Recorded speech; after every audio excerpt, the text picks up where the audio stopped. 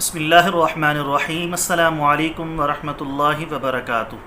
دوستوں، امید کرتا ہوں آپ سارے خیریت سے ہوں گے۔ میں محمد اسماعیل آپ کو اپنے چینل کے اندر خوش آمدید کہتا ہوں۔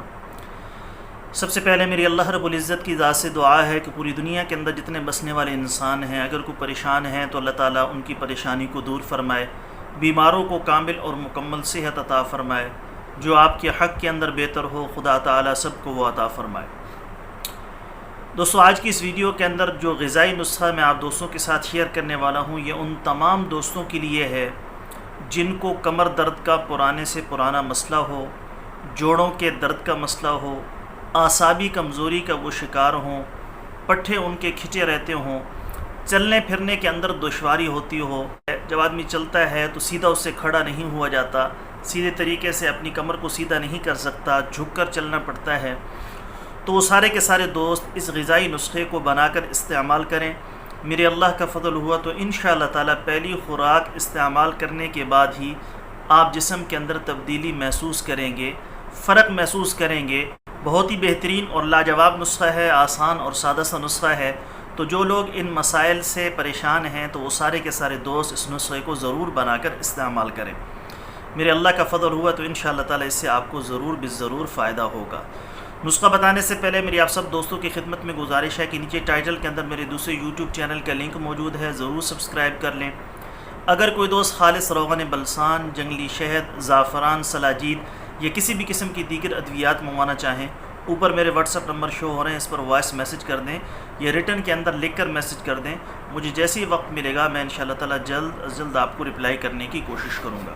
دوستوں، نسخہ انتہائی آسان اور سادہ ہے۔ 1 گلاس دودھ آپ نے اس کو ابالنا ہے۔ جب وہ ابل جائے تو اتار کر اس میں آپ نے 1 چمچ شہد ڈال کر نیم گرم دودھ رات سونے سے پہلے پی لینا ہے۔ اور اگر آپ اس میں بھی اضافہ کرنا چاہیں تو 1 دیسی انڈا اس کے اندر ڈال کر اس کو اچھے طریقے سے پھینٹ کر پھر شہد ڈال کر اس کو پی لیں۔ انشاءاللہ تعالیٰ اس کا رزلٹ بہت ہی بہترین اور لاجواب ہوگا۔ جو دیسی انڈا استعمال نہیں کرنا چاہتے یا ان کے موافق نہیں آتا یا ان کو اچھا نہیں لگتا تو وہ صرف شہد ڈال کر استعمال کر لیں، لیکن دیسی انڈا ڈالنے سے انشاءاللہ تعالیٰ فائدہ بھی آپ کو زیادہ ہوگا۔ اعصابی کمزوری ہو، جسمانی کمزوری ہو، پٹھوں کا کھچاؤ ہو، کمر کا درد ہو، جوڑوں کا درد ہو، انشاءاللہ تعالیٰ اس کے اندر بھی بہترین رزلٹ دے گا۔